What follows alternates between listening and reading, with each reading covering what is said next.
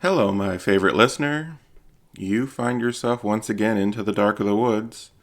This is episode 4 of The Bargain of the Field, a Rust Belt Studio production. Thank you very much for listening, and just like always, if you can support us via the Acast supporter feature or by joining our Patreon, we would greatly appreciate it. It keeps the lights on, the mics warm, and the stories rolling. In the meantime, go ahead and settle in. The show is about to start.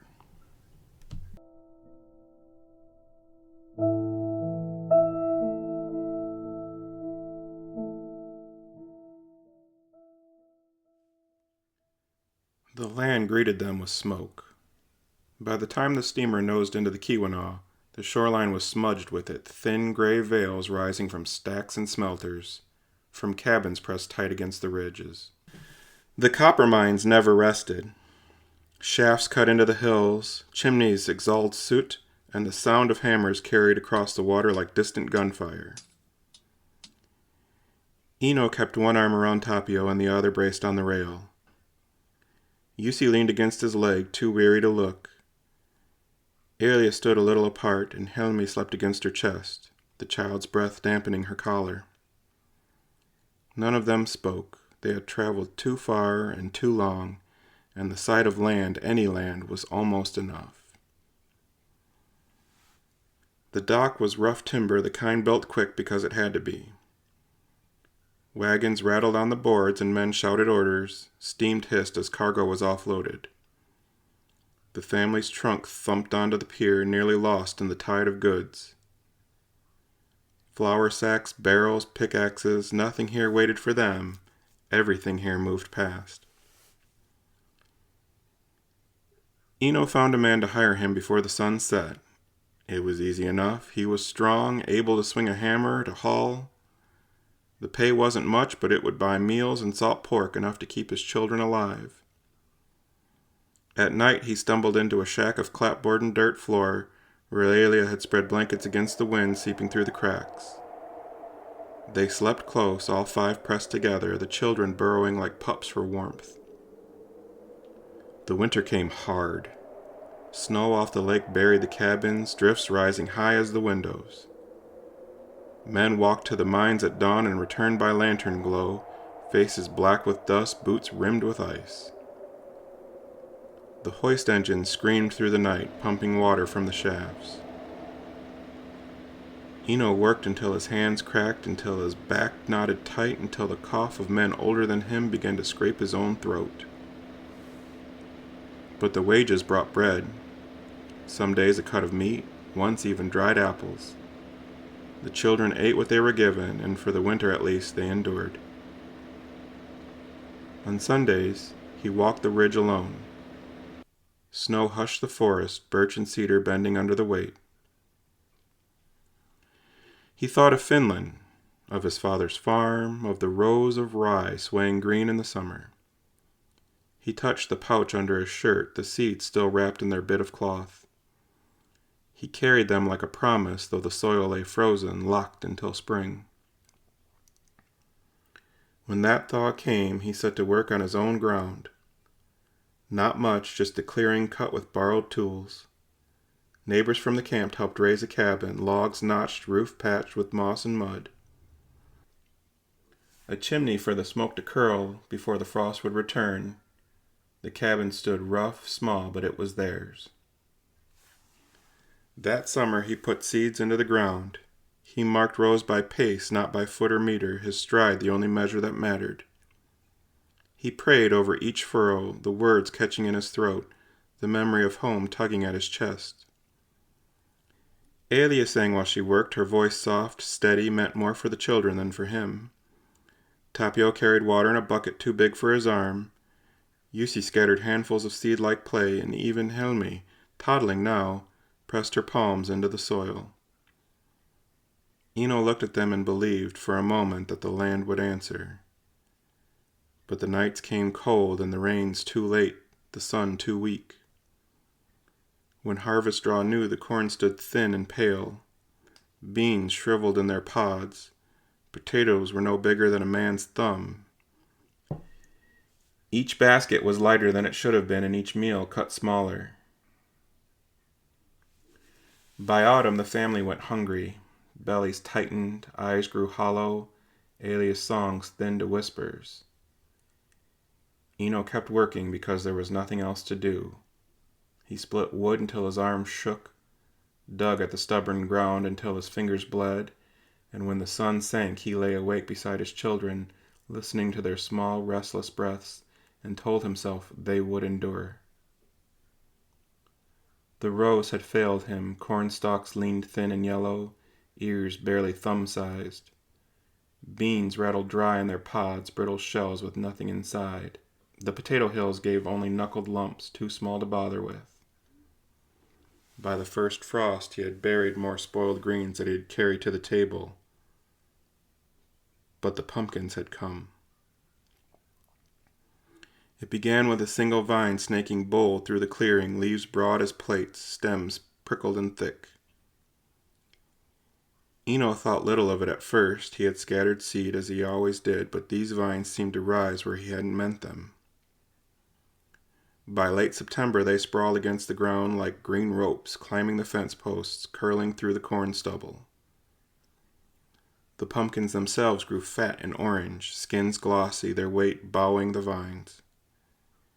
He didn't know why these thrived when nothing else had, and for weeks he didn't ask. He was too busy cutting thin rations for the children, watching their cheeks hollow and their ribs begin to show. Alia sang to hush them to sleep, but even her voice had thinned, no longer filling the cabin as it once had. One evening he worked the field long after the sun dipped. The air was damp, cool, and the light already gray. He bent to twist a pumpkin free of its stem, thinking to bring it inside for the children when the vine wrapped around his ankle. At first he thought he'd stepped into a tangle. He jerked his foot, but the grip only tightened. Another vine slid round his calf, bristled hairs biting his skin. He dropped the gourd and grabbed at the stalks, tearing one loose only to feel 3 more curl around him. They climbed fast, snaring both legs, locking him in place. Eno's breath caught. He pulled harder, but the strength of the vines was not the strength of plants. It was the grip of rope, of iron chain. And then the shadow rose. It lifted from the row itself, darker than the night, shape bending like smoke but towering high, 2 arms lengths taller than any man. Shoulders broad, head bowed. Its edges wavered, but it never broke. The voice came without sound. It pressed into Eno's skull, low and certain. You will starve. Eno clenched his jaw, his chest heaved against the vine's grip. We will endure, he said, breath ragged. The shadow bent into a bow, slow, mocking, its head dipping as though to honor him. When it straightened, a grin cut across the dark, wide and sharp, though no teeth showed. You could thrive. The words slid into him like cold water. Eno shook his head, straining against the vines. This is our land. We will make do. The shadow leaned closer, face level with his own, though it was no face he could name, only the suggestion of features, eyes hollow, grin wider still. The vines tightened, pulling him to his knees. Endure, it said, the word drawn long, almost amused. But look what endures. The vines dragged his gaze across the rows. Pumpkins glowed in the dim light, round, perfect, unblemished. Their skins shone as if polished. Not one sagged or soured. They sat proud on their stems while everything else withered. His stomach cramped, the ache of weeks of hunger twisting deeper. He thought of Yusi's thin arms, Tapio's silence, Hilmi's cries that faded to whimpers when her mother could not feed her. He thought of Alia, face drawn, still humming at night though her lips were cracked. The shadow's grin widened until it split the dark. You will Sample my goods. It said, the words slow, deliberate. Then we will speak of payment. The vines slackened, sliding from his legs as though they had never held him. He collapsed forward onto the soil, palms pressed against the damp earth. When he looked up, the shape was gone. Only the pumpkins remained, bright in the failing light, silent and waiting. Eno staggered to his feet, breath rough at his throat. He carried one of the gourds inside. Aelia carved it open with a knife, steam rising from its thick flesh. The smell was sweet and rich. The children ate until their bellies swelled, their eyes bright for the first time in months. Eno ate mechanically, but he did not taste a bite. His mouth was dry. He only stared at the orange flesh, at the seeds glistening like pale teeth in the hollow, and the thought of the voice that had pressed itself into his mind. We will speak of payment. The spring thaw came soft that year, and snow melted from the ridges in slow rivulets, the ground darkening, loosening. Eno walked the fields, new seeds purchased for the year. He thought of the voice in the vines, the grin in the dark. He thought of the words that had pressed into his skull. Sample my goods, then we will speak of payment. Still, when the soil warmed, he planted. He marked rows by stride, pressed seed into earth with calloused fingers. The children followed behind, dropping kernels, covering furrows. Aelia moved among them, her skirts brushing the damp ground, humming as she worked. And then the growth began. The first green shoots pushed through the soil thicker than before, their leaves broad, color deep. Corn rose fast and straight, rows filling dense with stalks. Beans climbed high, pods swelling full. Potatoes bulged fat in their hills, soil cracking around them with their weight. By midsummer, the field glowed with health. Not a blight, not a wilt, not a yellow leaf among them. The pumpkins sprawled wide, their vines vigorous, their fruits swelling orange long before the season should have turned. Neighbors stopped on the road to marvel. You found the good patch, one said, leaning on the fence rail, eyes wide at their rows. Never seen corn stand so tall, another added, and the pumpkins got above. You'll haul half the county's worth. They clapped Eno's shoulder, spoke of blessings, of hard work rewarded. None of them saw the way his jaw clenched, the way his eyes lingered on the vines longer than they should. He nodded, accepting their praise, and said nothing. Harvest came heavy, baskets filled until the cabin was crowded with them. Eno built new bins from rough boards just to hold the potatoes.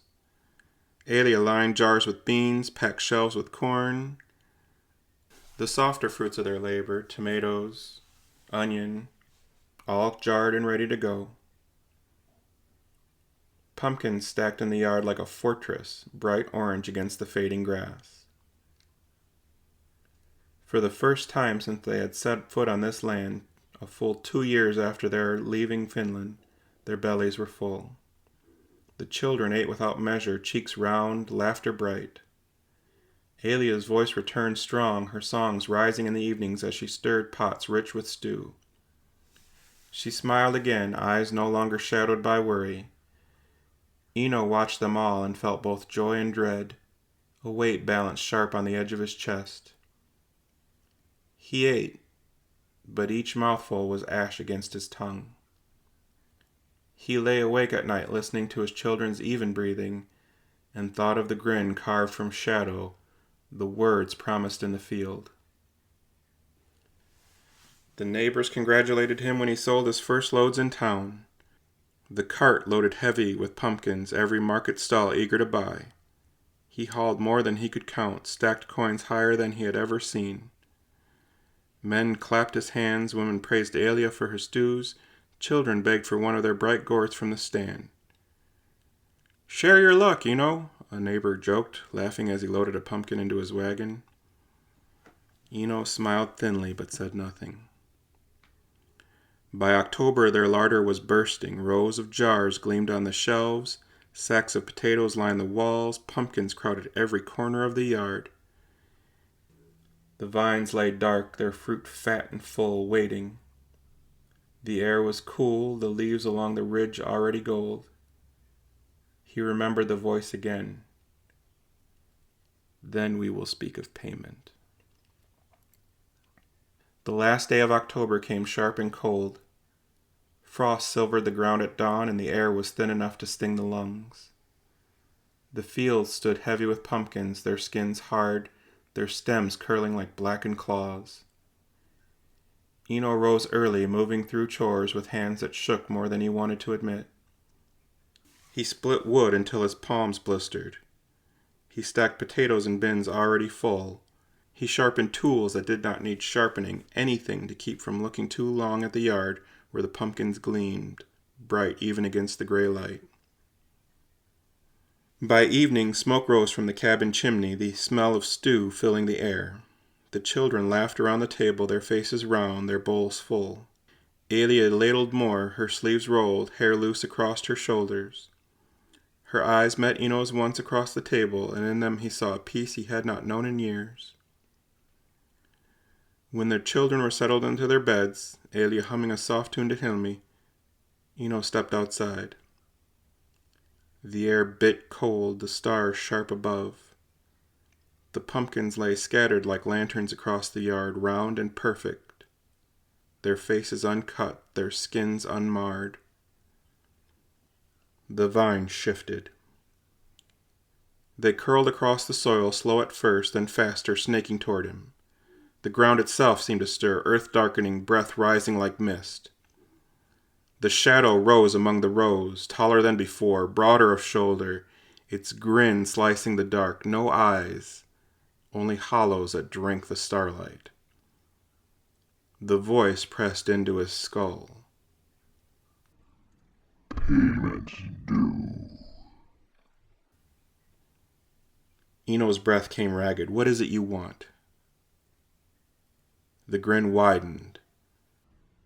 I am the seed, and I need a field to plant. A woman. No. The vines writhed at his feet, curling, reaching. Yes. Eno tried to stagger back, shaking his head. You'll take my wife, then my daughter next, and what after that? Turn us out? Leave us empty? No. The voice slid cold into him, steady as a blade. It need not always be your ilk. I'll go with the pumpkin. Wherever they are carried, sold, gifted, carved, I will find them. It paused as if weighing the air. But when carved, like the scouts do, if I cannot find that, your line will pay. In exchange, your ilk tend this land and any others they choose. Farmers all, but Kaleo blood is shed here, and Kaleo blood stays here. Do we have an accord? Eno's chest ached, his mind flashed with Aelia, her laughter on their wedding day, her hands lifting each of their children, her voice carrying songs through the hardest nights. He thought, too, of those children, gaunt and hungry, of the endless ache of watching them wither. He closed his eyes, saw them starving before him, saw ribs sharp under the skin, heard their cries. His voice was barely a whisper. Yes. The grin split wider, the vines struck, the cabin door opened, and Aelia stepped out into the yard, shawl tight around her shoulders, her breath white in the dark. She looked at him once, her face unreadable in the starlight. Then the vines wrapped her ankles, her waist, her arms. Eno lunged, shouting her name, but the shadow filled the space between them, vast, grinning, immovable. The vines drew her back into the rose, her shawl falling from her shoulders, her voice catching in a single cry before the dark swallowed her. And then she was gone. The yard lay still. The pumpkins gleamed round and perfect, untouched. The cabin stood quiet and the children asleep inside. Only Eno remained, kneeling in the frost, the echo of his words still burning in his chest. Yes.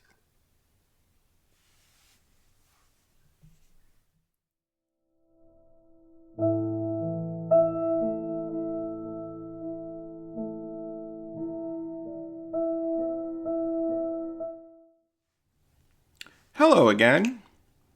Thank you for listening to this episode of Into the Dark of the Woods, The Bargain of the Fields.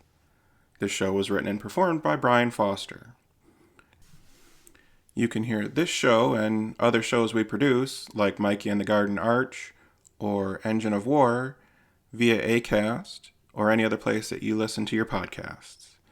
Please consider joining our Patreon, where your support will go to keeping all of our stories rolling all of the time.